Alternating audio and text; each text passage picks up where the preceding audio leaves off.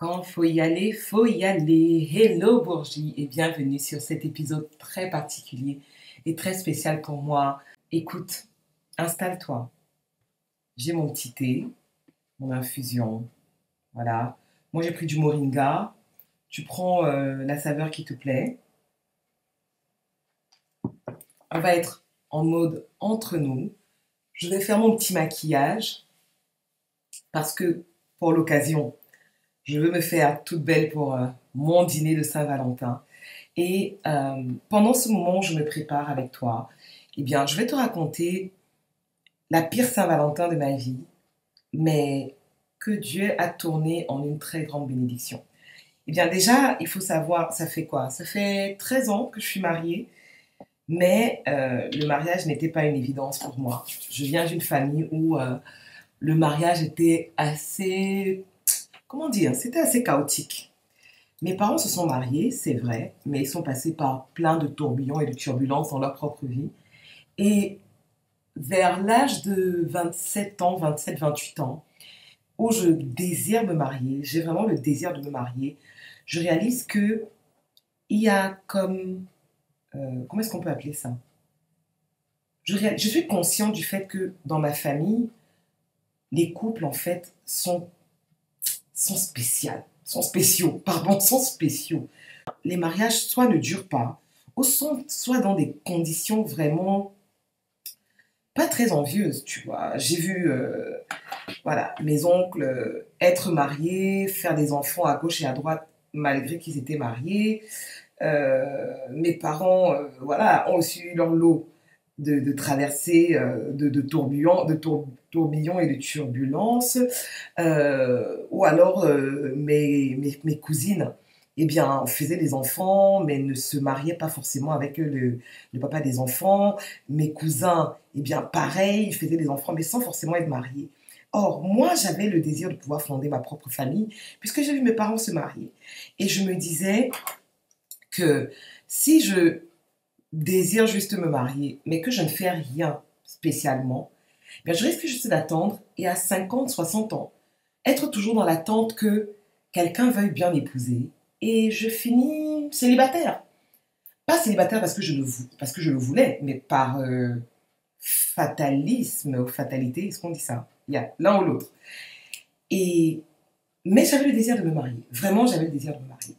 Alors, je me mets à prier pour ça. Je demande à Dieu parce que voilà, je suis croyante et je sais que tout me vient de lui. Tout dans ma vie, tout ce que j'ai pu obtenir vient de lui.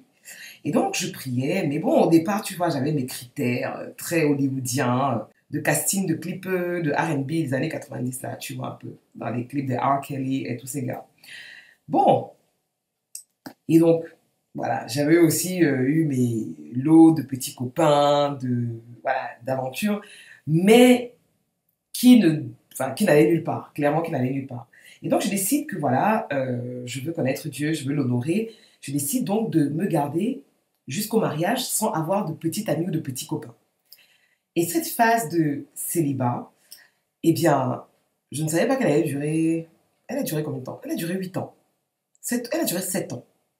Elle a duré 7 années. Et 7 années pendant lesquelles, en fait, 7 années qui pour moi étaient très longues parce que j'avais déjà connu des hommes avant, j'avais eu des aventures avant, donc je ne pensais pas que ce soit possible de rester aussi longtemps sans avoir un homme dans ma vie.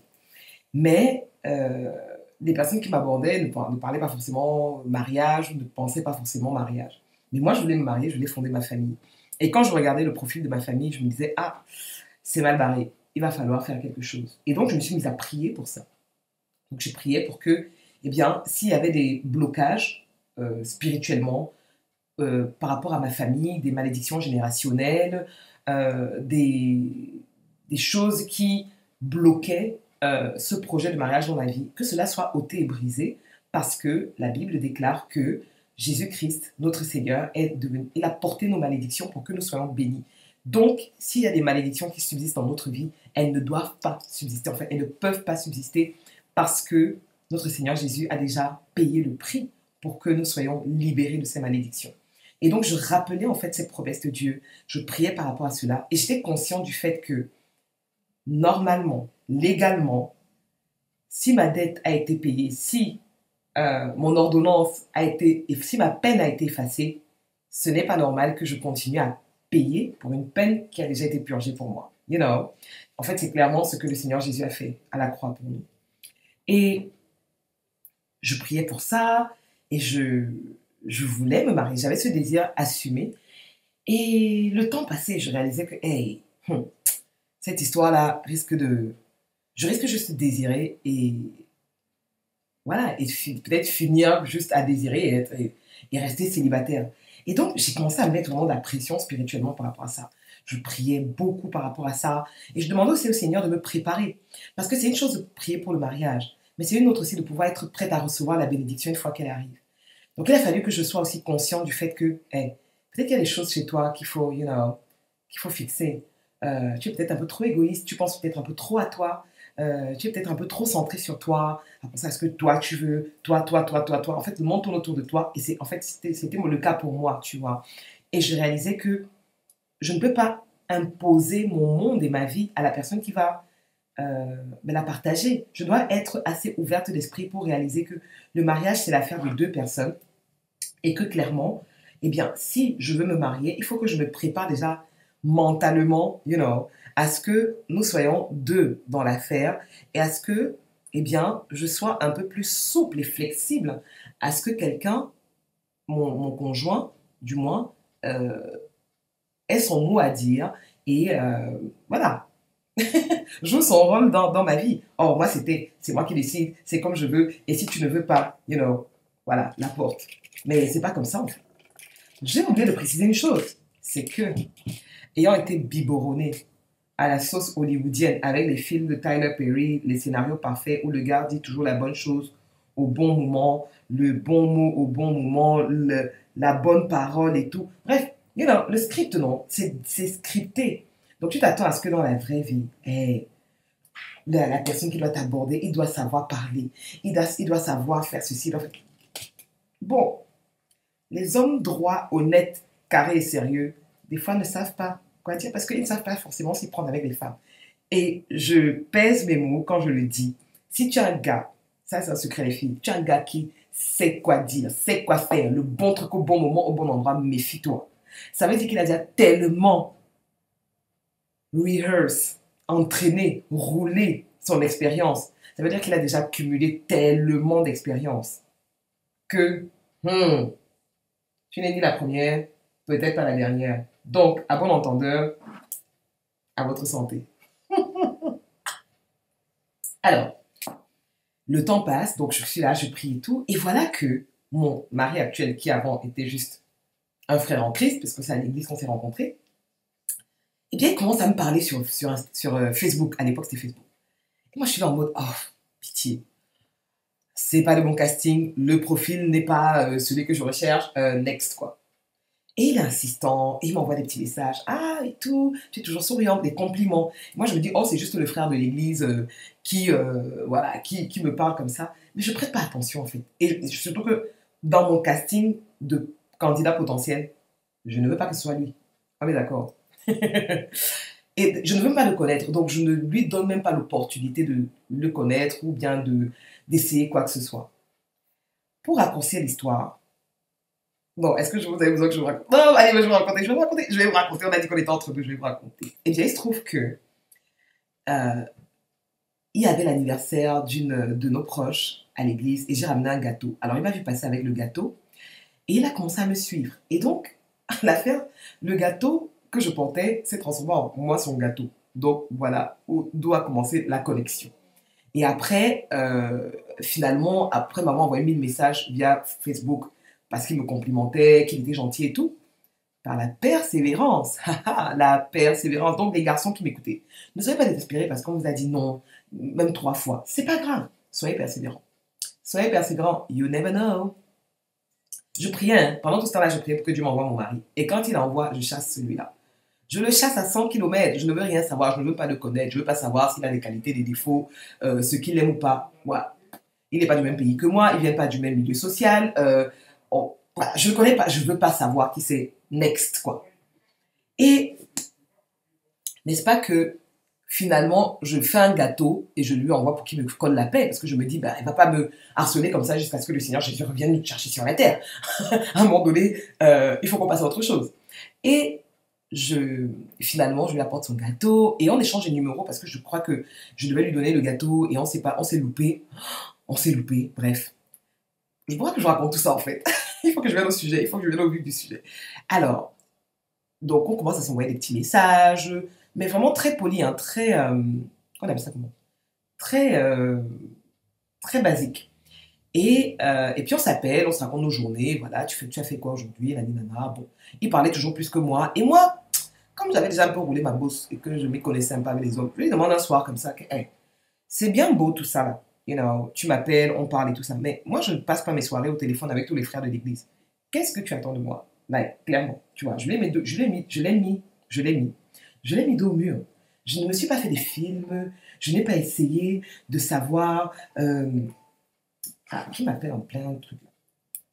Je n'ai pas essayé de savoir, enfin, je ne me suis pas fait des films dans ma tête toute seule où je suis là dans mon film en train de me romancer ou de m'inventer des choses. Non, si tu as un doute par rapport à ton statut vis-à-vis du gars, pose-lui clairement la question. Soit qu'est-ce qu'il attend de toi, ou alors qui est-ce qu'il non, qu'est-ce qu'il te considère être dans sa vie? Like, ok, je suis quoi pour toi? Une amie, une future amie, une potentielle copine, une candidate, qui suis-je?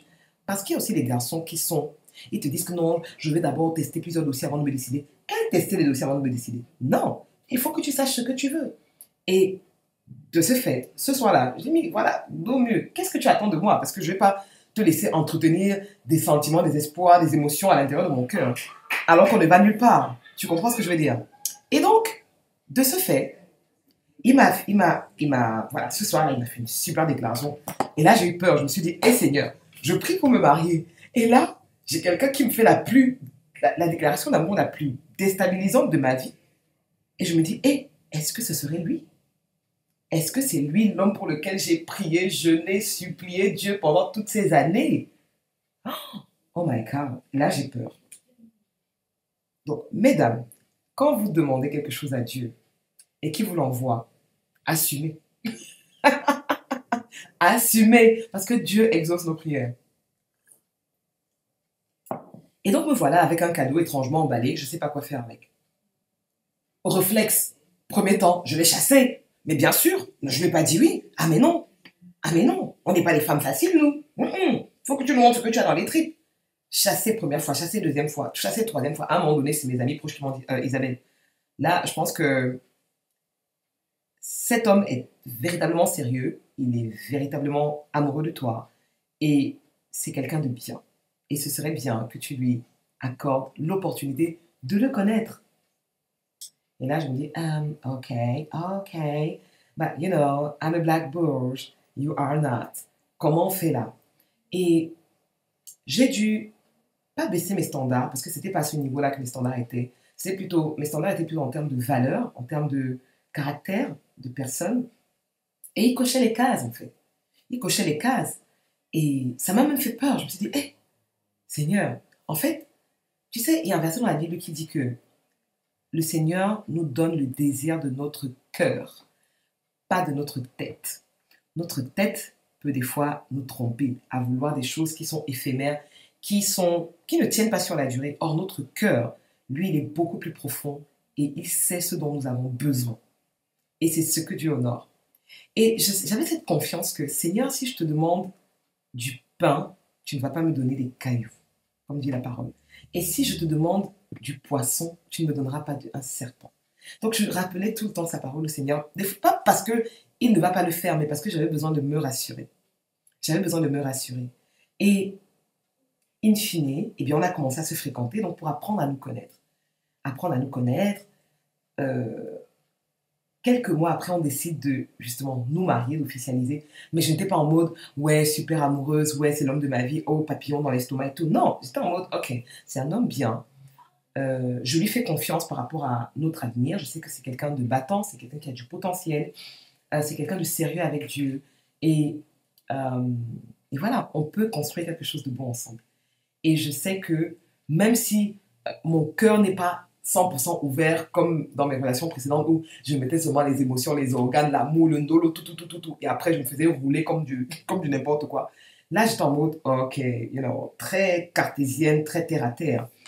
Et je me disais, bon, les sentiments, l'amour, tout ça, ça naît parce que tu connais la personne. En fait, tu n'aimes pas à l'aveugle. Tu aimes parce que tu connais. Tu aimes en connaissance de cause. Et, euh, et donc, c'est comme ça qu'on a avancé dans notre relation. Et c'était marrant, en fait. Vraiment, c'était marrant parce que j'étais vraiment en mode inspecteur Colombo. Ok, tu es qui? Vas-y, sors ton pédigré, tout. Je lui ai raconté toute ma vie, il m'a raconté toute la sienne. Et on était en mode, ok, c'est bon, tu prends ou pas? C'est bon, tu achètes. Clairement. Et après, ce qui se passe, c'est que le 14 février, pardon, on devait se marier au mois d'avril. On se mariait au mois d'avril 2011. On avait décidé de se marier au mois d'avril 2011. Et au mois de février, je devais signer mon CDI dans une entreprise. Donc, la signature devait se faire le 14 février, Saint-Valentin. Et donc, je vais au boulot. Ça faisait 3 mois que j'étais dans cette entreprise. Et je devais confirmer mon contrat ce jour-là. Donc, je vais au travail, comme d'habitude et tout. Et ce jour-là, je passe ma journée. Je sais que, voilà, le mariage, c'est dans 2 mois. On a la robe de mariée, le traiteur, le DJ, le gâteau, la déco. Bref, vous imaginez tous les postes de dépenses d'un mariage. All right? On a tous les postes de dépenses d'un mariage à combler. On n'avait pas mis d'argent de côté avant. On s'était rencontrés 1 an à l'avance. Par contre, ce qu'on faisait, c'est que tous les mercredis, on jeûnait et on priait pour notre mariage. Tous les mercredis, on jeûnait. Et on s'appelait à la pause du midi et on priait. On priait pour que le Seigneur pourvoie à nos besoins, pour qu'il y ait une très bonne atmosphère, pour que la cérémonie se passe bien, pour que notre vie de mariage se passe bien. On avait pris l'habitude et ça nous a obligés en fait à aborder tous les sujets, tu vois. Parce que des fois, il y a des gens qui se marient et ils découvrent des choses dans le mariage. Je dis, mais vous n'avez pas parlé avant. Like, vous faisiez quoi en fait pendant les fréquentations? Juste vous regarder dans le blanc de l'œil ou bien vous faire des dîners romantiques. La fréquentation n'est pas faite juste pour les dîners romantiques. Elle est faite pour que justement vous appreniez à vous connaître, like, vous connaître pour de vrai. Et pendant cette phase-là, justement, on priait pour que eh bien, nos besoins soient pourvus. On savait qu'on n'avait pas forcément les moyens. Moi, à l'époque, mon papa, il faisait sa vie avec voilà, ses amours extérieurs, donc il n'avait pas le temps. Et puis, voilà, il n'a pas financé un centime pour notre mariage. Donc, c'était Dieu notre papa qui devait pourvoir à tous nos besoins en tant que papa. Et on lui a fait confiance. On n'a pas demandé un rond à personne. On ne comptait sur personne. On comptait entièrement sur Dieu. Là, vraiment. Et il se trouve que ce 14 février, donc je vais au travail, comme d'hab et tout. Je sais qu'à 17h, je vais signer mon contrat, je passe en CDI, et puis voilà, le mariage est assuré, nos charges sont assurées, notre avenir est assuré, quoi. Normal. Devine quoi? À 17h, la directrice financière débarque dans mon bureau et elle me dit, écoutez Isabelle, on arrête là. Il y a des choses qui n'allaient pas, donc on ne va pas confirmer le contrat. Et moi, je tombe de 10 étages, je me dis, mais attends, ça fait 3 mois que je suis dans la boîte. S'il y a des choses qui n'allaient pas, pourquoi ne pas me l'avoir dit avant? Bon, j'ose pas trop réclamer mes droits, je me dis, ok, bon, je prends mes affaires et je pars juste là, like, en fait, je reçois un coup de massue parce que je me dis, mais attends, je me marie dans 2 mois. Comment je vais financer le mariage? Comment je vais payer tout ce que je dois payer pour un mariage? Alors que je me retrouve du jour au lendemain sans revenu. Je rentre ce soir, on est le 14 février, je n'oublierai jamais. Je suis plus bas que bas. Je ne peux que pleurer. Et là, j'ai mon fiancé du coup qui arrive et qui essaie de me réconforter et me dit t'inquiète pas, papa va pourvoir. Papa a toujours pourvu. Et il ne va pas nous laisser tomber. Parce que quand tu décides d'honorer Dieu et de faire sa volonté, eh bien, il ne te lâche pas, il ne te laisse pas tomber.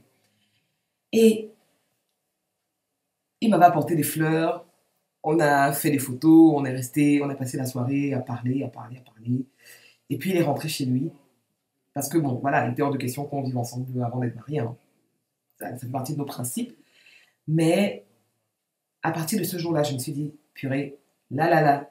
Tu sais, c'est facile d'avoir la foi quand tout va bien.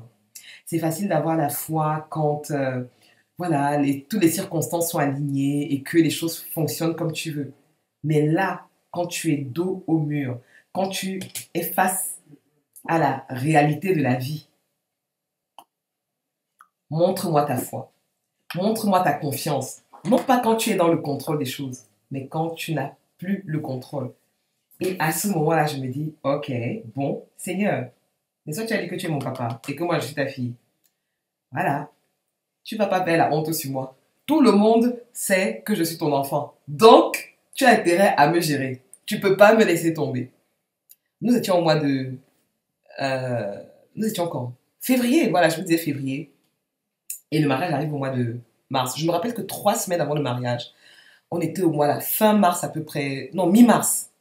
Le pasteur qui nous préparait au mariage, le ministre qui nous préparait au mariage, il nous reçoit dans son bureau et il demande alors, qu'est-ce qui vous reste à payer?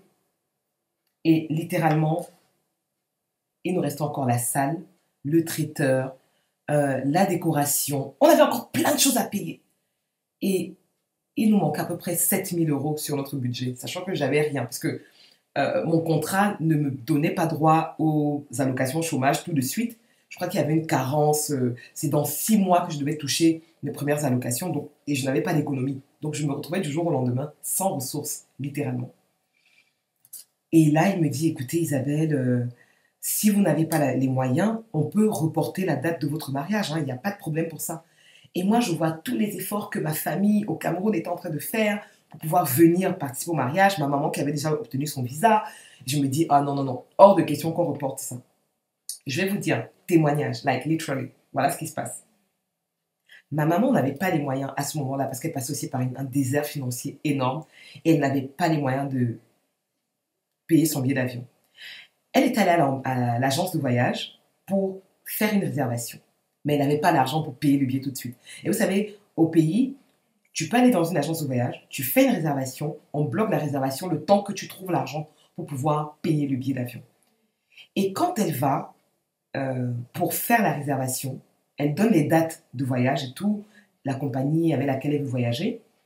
L'agent rentre toutes ces informations-là. Et puis ma maman s'en va. Dans l'après-midi, l'agent de voyage la rappelle et lui dit, Madame Oukam, revenez, votre billet d'avion est là. Ma mère me dit jusqu'aujourd'hui, elle ne sait pas qui a payé son billet d'avion. Alors, imagine qu'on ait commencé à vivre des miracles comme ça et tu veux qu'on repousse la date de mariage comme si Dieu n'était pas capable. Ah. À l'approche du mariage, tous les jours je priais, je déclarais que ce mariage est entièrement payé. On n'a aucune dette après. Notre Dieu pourvoira tous nos besoins selon ses richesses et en gloire. Je déclarais la parole de Dieu, je lui faisais confiance. J'étais sûre et certaine que je refusais de céder à la pression et au stress. Parce que vous savez, des fois, quand tu veux regarder aux circonstances, tu vas perdre. Franchement, les circonstances vont te submerger. Parce que tu vas juste constater en fait les choses que tu es en train de voir avec tes yeux. Mais quand tu fixes tes regards sur les promesses de Dieu et sur la foi, et tu crois que celui qui t'a fait la promesse est fidèle et il est capable, je t'assure, tu ne vas pas lâcher. Tu ne vas pas laisser tomber. Tu vas rester ferme, en fait. Et tu décides. Moi, j'ai dit, je suis têtu. Voilà. Je vais être têtu avec la foi. Même si les circonstances ne vont pas dans ce sens-là. Moi, je crois. Et je crois que ma foi triomphe toujours des circonstances. Quelques jours avant le mariage, 10 jours à peu près avant le mariage, on avait encore plein de choses à payer. Voilà, des gens commencent à nous poursuivre littéralement à l'église pour nous dire, écoute, vous avez besoin d'une voiture, on met la voiture à votre disposition, on vous met, et un tel qui nous paye la nuit de noces, et un tel qui nous offre la coiffure du mariage, et un tel qui nous offre le DJ, et telle sœur qui nous offre l'hôtel, et tel autre. Les gens ont commencé à se mobiliser sans qu'on ait demandé rien à personne. C'est comme si le Seigneur avait réveillé les gens. Les gens nous poursuivaient littéralement pour nous payer. Et pendant ce moment-là, mon fiancé à l'époque, mon mari qui était mon fiancé, avait démissionné de l'entreprise dans laquelle il était parce qu'il était payé au lance-pierre. Il bossait du matin au soir, tous les jours de la semaine. Et il était payé 600 €, 700 € par-ci. Et moi, je lui disais, mais attends, c'est pas avec un salaire pareil que tu peux prendre soin d'une famille. Là, il faut que tu cherches mieux. Et donc, il a démissionné de ce travail. Et son patron de l'entreprise dans laquelle il avait démissionné, alors qu'il ne travaillait plus dans cette entreprise, nous a offert la limousine blanche qu'on a eue le jour de notre mariage, toute la journée. Like, une limousine pour toute la journée. Quelqu'un pour qui il ne travaillait plus. Si ce n'est pas Dieu qui touche le cœur, Pardon, dites-moi. Pour ceux qui sont incrédules et qui ne croient pas, moi, je ne crois pas aux coïncidences ou aux... I don't know how you call that. Je ne crois pas à ces choses-là. Moi, je crois à Dieu. Et quand la main de Dieu agit, je dis que c'était Dieu. Like, c'était Dieu. Il ne travaille pas en catimini ou dans l'anonymat dans notre vie. Quand il travaille, il met le signature, cachet, signé, Dieu, yeah. Et clairement, plus les jours du mariage approchaient, et plus les gens... C'est comme si les gens littéralement nous poursuivaient pour nous bénir. Oui, Isabelle, je suis avec une amie, elle va au distributeur, elle retire 200 €, elle nous donne l'enveloppe. Je suis avec telle personne, elle dit, mais est-ce que tu as déjà telle chose? Est-ce que tu as telle chose? Hop, les gens viennent vers moi pour me bénir. I was like, oh my God. Voilà comment on a payé. On va avec des amis, on est en train de marcher sur la rue Avenue Magenta. On rentre dans un magasin avec eux, parce qu'eux, ils devaient se marier quelques mois après nous. On rentre dans le magasin, on se dit que bon, on va pour eux. Peut-être qu'ils sont en train de vouloir acheter leur costume. Le fiancé de cette amie-là paye les 2 costumes de mon mari et les chaussures. Les 2 costumes mairie-église et les chaussures de mon mari. On était choqués. C'était des centaines et des centaines d'euros. En fait, on voyait la provision de Dieu matérialisée en fait sur nos yeux. Et le fait que cette Saint-Valentin-là, en fait, a été... Elle aurait pu me virer un autre jour, ça ne m'aurait pas touché autant. Mais comprenez, la Saint-Valentin, c'est supposé être romantique, un moment d'amour et autres. Et on te vire ce jour, quoi. Like, ce n'est pas un bon jour. Et en fait, le Seigneur a utilisé cette situation pour la retourner pour sa gloire. Le jour de notre mariage, waouh, on avait tout. On avait tout ce qu'il fallait. Et même le jour J, on a été tellement bénis par nos frères et sœurs de l'église, par nos familles au pays, nos frères et sœurs. Les gens, c'est-à-dire, on a été financièrement bénis.